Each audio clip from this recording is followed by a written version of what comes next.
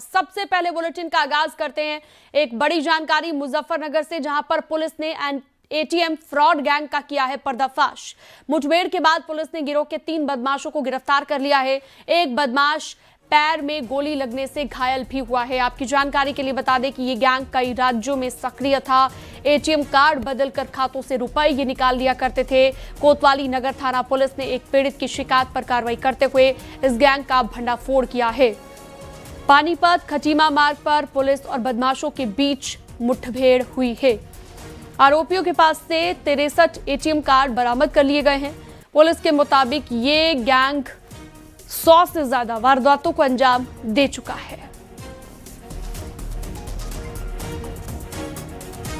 Team ने एक अंतर्राज्यीय एटीएम फ्रॉड के गैंग का खुलासा किया है। 3 अभियुक्तों को मुठभेड़ के दौरान गिरफ्तार किया गया। इन अभियुक्तों ने अपना नाम गुलशन, मयंक और जतिन बताया और इसमें से एक पंजाब का रहने वाला, एक जींद हरियाणा का रहने वाला और एक चरथावल का रहने वाला है। इन तीनों से पूछताछ में यह पता चला है कि जो उनके कब्जे से 63 एटीएम कार्ड्स बरामद हुए हैं और इन एटीएम कार्ड के बारे में जब पूछताछ की तो उन्होंने बताया कि ये वही एटीएम कार्ड से जो ये एटीएम के फ्रॉड करने में यूज करते हैं और अलग अलग जगह घूम के लगभग 6 राज्यों में इन्होंने 100 से ऊपर घटनाएं इन एटीएम फ्रॉड की कर दी हैं। रायबरेली पुलिस ने हत्या के मामले में चौंका देने वाला खुलासा किया। पुलिस ने मृतक की पत्नी और उसके प्रेमी को गिरफ्तार कर लिया है। मामला डलमऊ थाना इलाके के तिवारी के पुरवा का है। रामदेव अपने ससुराल में रहकर मजदूरी करता था। रामदेव की पत्नी रेणु का अजीम से अवैध संबंध था। पति रामदेव अवैध संबंध में बाधा बनने लगा था। रेणु ने अपने प्रेमी अजीम के साथ मिलकर हत्या की साजिश को रचा। इसके साथ ही रात में रेणु अपने पति को शौच के बहाने खेत में ले गई, जहां पर अजीम ने रामदेव के गले में अंगोछा डालकर कस दिया। इस दौरान रेणु ने रामदेव का मुंह दबाए रखा। पुलिस ने 24 घंटे में इस हत्या का खुलासा कर दिया है। रेणु और उसके प्रेमी अजीम को पुलिस की तरफ से गिरफ्तार भी कर लिया गया है।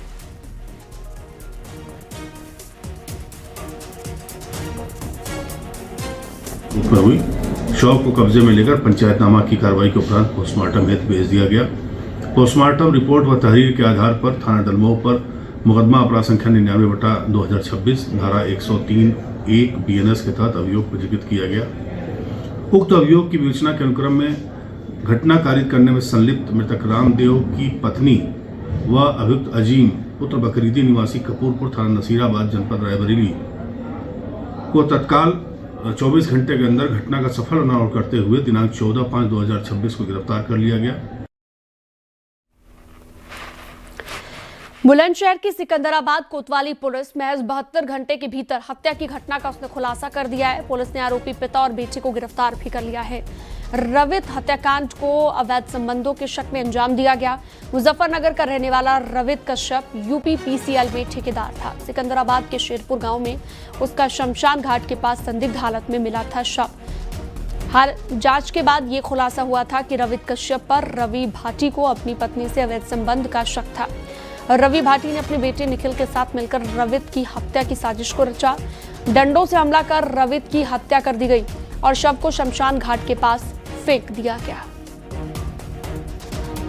रवि भाटी को संदेह था कि मृतक रवित और उसका भतीजा अनुज ये दोनों उसको मायके से आने नहीं दे रहे हैं।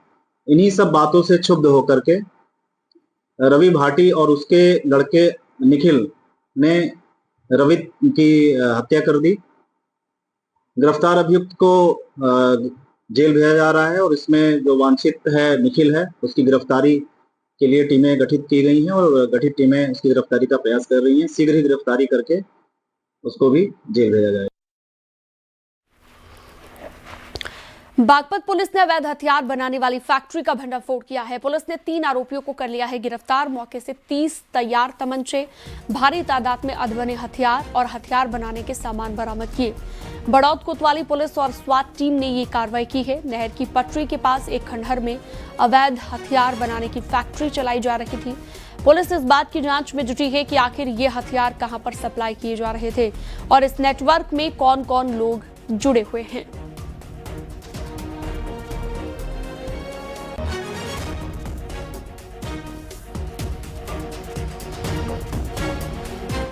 झांसी पुलिस ने अवैध हथियार सप्लाई करने वाले गिरोह का भंडाफोड़ किया है। पुलिस ने 3 आरोपियों को गिरफ्तार कर लिया है। पुलिस ने आरोपियों के कब्जे से एक अवैध रिवॉल्वर, 1 पिस्टल, 3 तमंचे, 66 जिंदा कारतूस और 56 खोखा कारतूस बरामद किए। इसके अलावा 5 चाकू, चांदी के सिक्के, 4 मोबाइल और 2,87,000 रुपए कैश बरामद किया गया। सीपरी बाजार थाना पुलिस ने ये कार्रवाई यहां पर की है।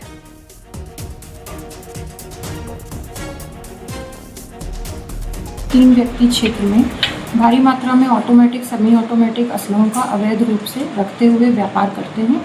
इस सूचना पर तत्काल भारी पुलिस बल के साथ प्राप्त सूचना के अनुसार मौके पर जाकर दबिश दी गई तो मौके से 3 व्यक्तियों को गिरफ्तार किया गया, जिनका नाम बॉबी चौहान, विवेक चौहान तथा मुकेश कुमार श्रीवास है।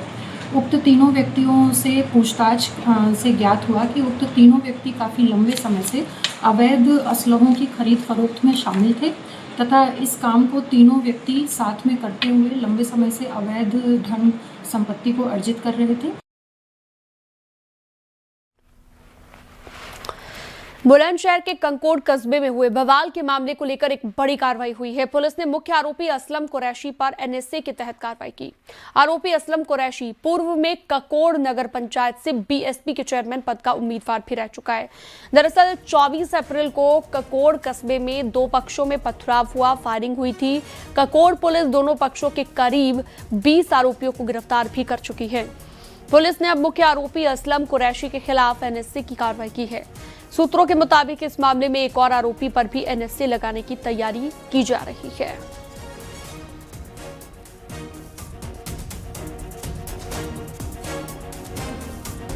की कार्रवाई हेतु प्रक्रिया प्रारंभ की गई थी और इस प्रक्रिया के अंतर्गत राष्ट्रीय सुरक्षा अधिनियम एनएसए की धारा 3(2) के अंतर्गत इस प्रकरण में सम्मिलित एक अभियुक्त असलम पुत्र रशीद, जो कि पूर्व से थाना ककोड़ का एचएसबी है, उसके विरुद्ध एनएसए की कार्रवाई की गई है तथा इस घटना के संबंध में जो अन्य अभियुक्त हैं उनके विरुद्ध भी एनएसए, एचएस और अन्य निरोधात्मक कार्रवाइयां प्रचलित हैं।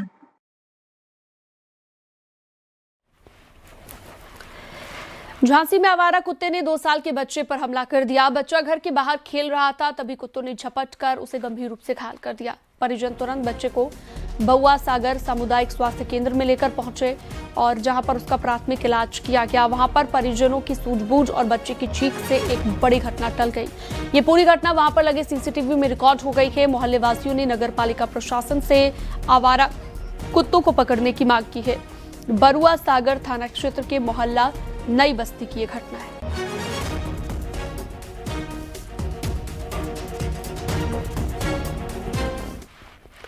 अमेठी पुलिस को मिली है बड़ी कामयाबी। ऑपरेशन चक्रव्यूह के तहत पुलिस ने एक गैंगस्टर समेत 2 आरोपियों को गिरफ्तार कर लिया है। आरोपियों के कब्जे से चोरी की एक बाइक, एक देसी तमंचा और 2 जिंदा कारतूस बरामद कर लिए गए हैं। मुसाफिर खाना कोतवाली पुलिस ने आरोपियों को गिरफ्तार कर लिया है। आरोपी राजन यादव और शुभम शुक्ला के खिलाफ 6 केस दर्ज किए गए हैं।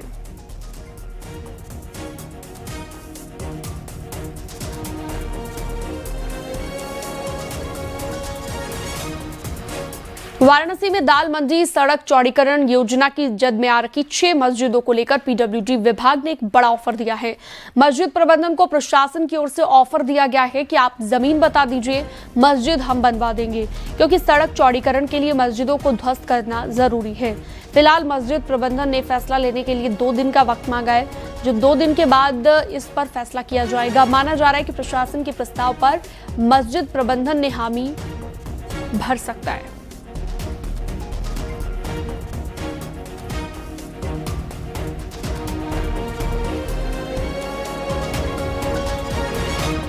करीब 187 संपत्तियां हैं जिन्हें दाल मंडी सड़क चौड़ीकरण में खाली कराकर ध्वस्त करना है।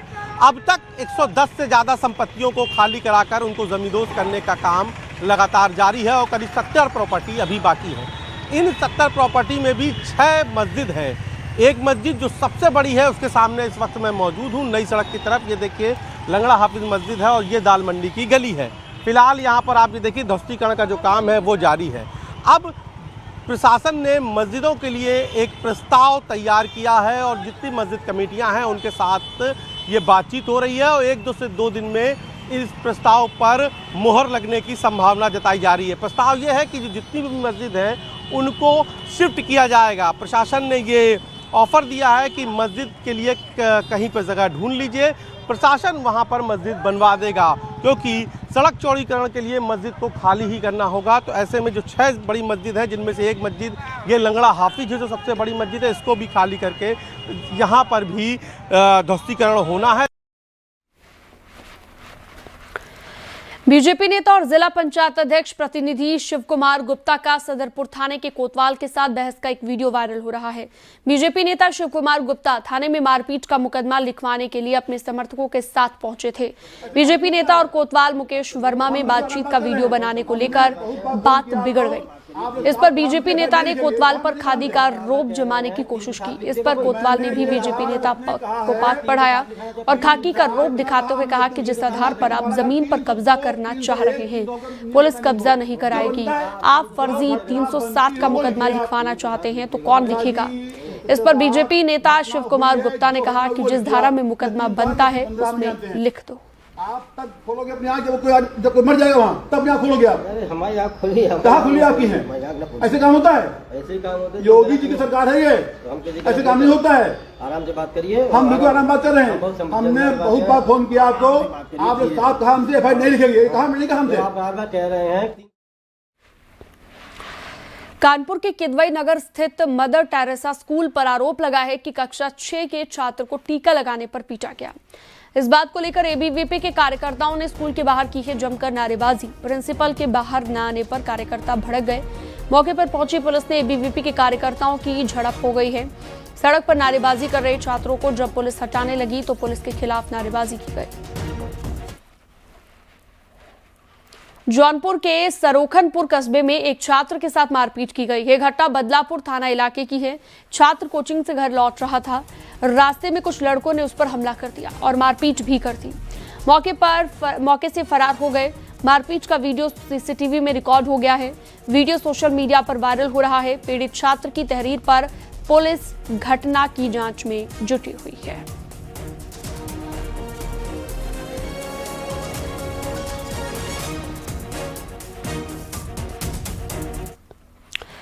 बदायूं में टीचर पर 8वीं कक्षा की छात्रा से छेड़खानी का आरोप लगाया गया है। पीड़ित छात्रा ने परिजनों को टीचर की करतूत बताई। परिजनों ने टीचर के खिलाफ तहरीर दी है। पुलिस ने आरोपी टीचर प्रेमवीर सिंह को पकड़ा है। घटना पूरा उसहैत थाना क्षेत्र की है। नहीं, वही 8वीं क्लास में हमारी लड़की पढ़ती है। प्रेमवीर नाम का टीचर है। उसने हमारी लड़की के साथ में छेड़छाड़ की। जब वो रोती चिल्लाती हमारे घर कहीं आके, तो हमारे गांव वालों ने, हमारे घर परिवार ने जाके स्कूल में शिकायत की। तो वे और उनकी तरह से तो हम पे दबाव दिया। तो हमने फिर पुलिस को सूचना दी। पुलिस को सूचना देते ही पुलिस पहुंची, दोनों पक्ष को थाने ले आई। हमने पुलिस के लिए तहरीर दे दी है। सीएम योगी ने गोरखपुर में इंटरनेशनल क्रिकेट स्टेडियम का भूमि पूजन और शिलान्यास किया है। शिलान्यास समारोह में केंद्रीय पेट्रोलियम मंत्री हरदीप सिंह पुरी और यूपी के खेल मंत्री गिरीश चंद्र यादव भी मौजूद रहे। गोरखपुर में करीब 393 करोड़ की लागत से अंतर्राष्ट्रीय क्रिकेट स्टेडियम बनेगा। 40 एकड़ में बन रहे स्टेडियम में 30,000 दर्शकों के बैठने की क्षमता होगी। स्टेडियम का निर्माण दिसंबर 2027 तक पूरा कर लिया जाएगा।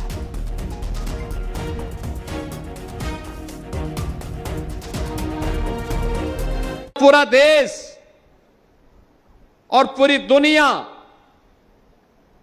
वर्तमान में पश्चिम एशिया संकट से जूझ रहा है। पूरी दुनिया में उथल पुथल है। पेट्रोलियम पदार्थों का दाम आसमान छू रहा है। अनिश्चितता की स्थिति है। दुनिया के कई देशों में अव्यवस्था है। उन स्थितियों में भारत के अंदर आदरणीय प्रधानमंत्री जी के मार्गदर्शन में, उनके यशस्वी नेतृत्व में भारत के पेट्रोलियम और प्राकृतिक गैस मंत्री के रूप में माननीय श्री हरदीप सिंह पुरी जी ने जिस बेहतरीन प्रबंधन का परिचय देकर के भले ही प्राकृतिक और पेट्रोलियम मंत्रालय के ऊपर तेल कंपनियों पर भले ही बोझ आ जाए, लेकिन आम जनता को राहत मिलेगी और आम जनता को लगातार पिछले 60 दिनों से दुनिया के अंदर की इस क्राइसिस में भी राहत देकर के हर व्यवस्था को सुचारू रूप से संचालन और उसके प्रबंधन के कार्य को आपने आगे बढ़ाया है। इसके लिए उत्तर प्रदेश वासियों की ओर से भी मैं आपको हृदय से धन्यवाद देता हूं, आपका अभिनंदन करता हूं।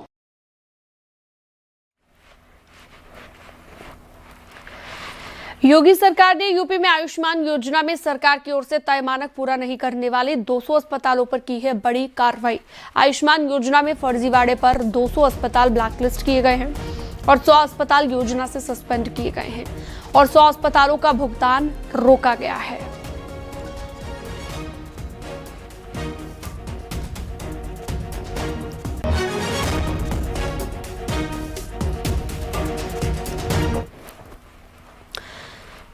गोरखपुर में सीएम योगी ने जनता दरबार लगाया, जहां पर बड़ी संख्या में फरियादी पहुंचे। सीएम योगी ने जनता दरबार में आए हुए फरियादियों की समस्याएं सुनी और अफसरों को भी समाधान करने के लिए निर्देशित किया। बारी बारी से सीएम योगी एक एक कर फरियादी तक खुद पहुंचे और उनसे बात की। तस्वीरें आप देख रहे हैं।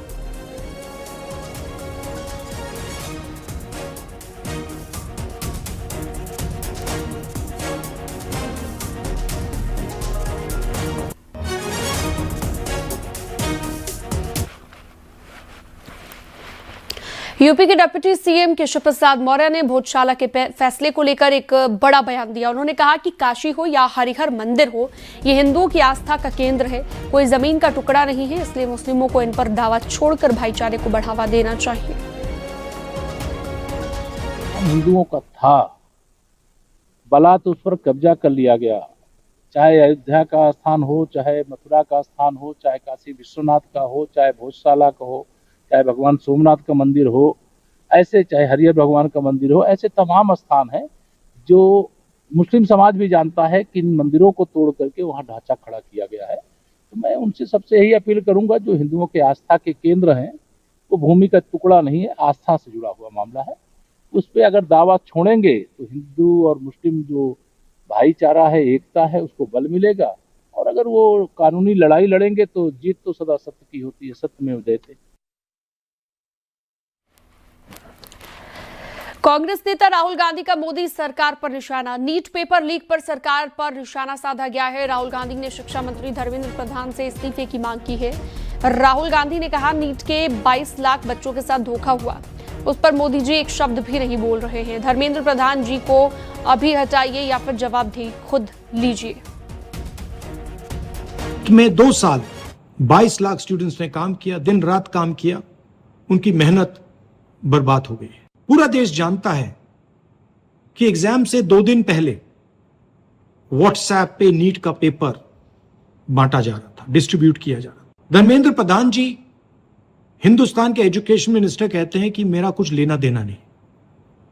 कमेटी ने रिकमेंडेशन किया था, उसको उन्होंने डस्टबिन में फेंका, कहा कि ऑपोजिशन के लोग कमेटी में बैठे हैं, इसका कोई मतलब नहीं है, कोई जरूरत नहीं है। सच्चाई है कि आपने हिंदुस्तान का जो कोर है, जो सेंटर है, उसको डैमेज किया है। प्रधानमंत्री को इमीडिएट ऑर्डर देना चाहिए कि धर्मेंद्र प्रधान जी को इस्तीफा दें, उनको सैक किया जाए और जो गिल्टी लोग हैं उनको पकड़ के जेल में डाला जाए। कैबिनेट मंत्री मनोज पांडे सपा के राष्ट्रीय प्रवक्ता राजकुमार भाटी द्वारा ब्राह्मणों पर की गई टिप्पणी पर बड़ा बयान दिया और कहा कि ये समाजवादी पार्टी का बयान है और अगर पार्टी ऐसे बयान का समर्थन नहीं करती तो बयान देने वाले को पार्टी से बाहर करें।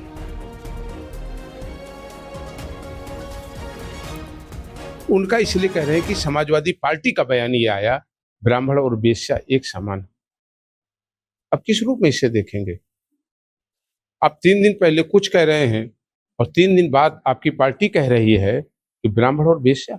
उस ब्राह्मण को आप कहेंगे जिसने ऋषि बनकर मुनि बनकर के अपनी हड्डियां गलाई हैं इस देश के लिए। मंगल पांडे बनकर के 1857 की बगावत की बिगुल उन्होंने किया। चंद्रशेखर आजाद को कैसे भूल जाएंगे, बुटकेश्वर दत्त को कैसे भूल जाएंगे, सुखदेव को कैसे भूल जाएंगे आप, जिन्होंने इस देश के निर्माण में अपने खून बहाने का काम किया है। समाजवादी पार्टी के प्रवक्ता राजकुमार भाटी की मुश्किलें बढ़ गई हैं। बागपत में राजकुमार भाटी के खिलाफ मुकदमा दर्ज किया गया है। ब्राह्मण सभा के पूर्व जिलाध्यक्ष योगेश शर्मा की शिकायत पर शहर कोतवाली पुलिस ने कार्रवाई की है।